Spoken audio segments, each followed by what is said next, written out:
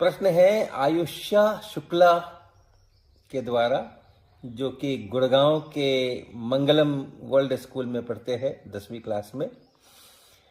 और इनका कहना है if white light is pass through a prism it splits into its constituent colors. So if we pass a color that is a combination of different colors through a prism, will it split into the colors it is combined from?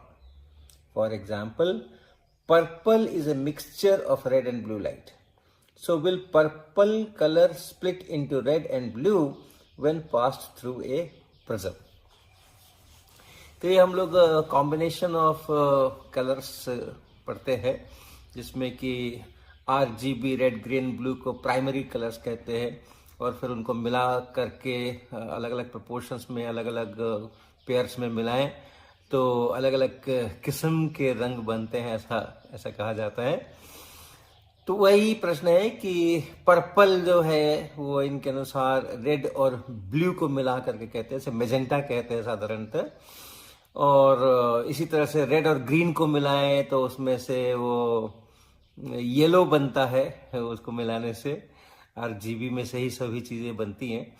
तो अब प्रश्न है कि अगर ये जो combined वाला है, जैसे येलो है, येलो को कहते हैं कि रेड और ग्रीन से मिला करके आप बना सकते हो। तो अगर येलो कलर को प्रिज्म से हम पास कराएं तो क्या वो रेड में और ग्रीन में स्प्लिट हो जाएगी, ये प्रश्न है।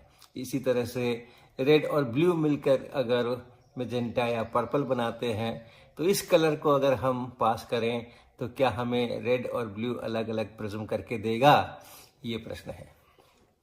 प्रश्न बहुत ही रोचक है और उसकी व्याख्या उससे भी ज्यादा रोचक है। सबसे पहली बात जो समझने की है कि लाइट में, रोशनी में कलर्स तो होते ही नहीं है। रोशनी में कलर्स तो होते ही नहीं है, क्योंकि रोशनी जो है वो क्या है, रोशनी एक वेव है, एक तरंग है। और उस किस चीज की तरंग है? इलेक्ट्रिक फील्ड की, मैग्नेटिक फील्ड की तरंग है, वो वेव्स हैं। और उसमें वेवलेंथ्स होते हैं, और इलेक्ट्रिक फील्ड कितनी देर पर रिपीट कर रहा है उसको हम लोग वेवलेंथ कहते हैं। वो वेवलेंथ है 400 नैनोमीटर से 700 नैनोमीटर तक, जिससे रोशनी को हम देखने के लिए इस्तेमाल करते हैं।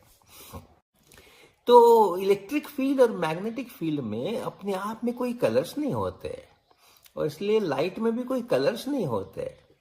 तो फिर हमें ये लाल पीला नीला संसार इतना सुंदर क्यों दिखता है?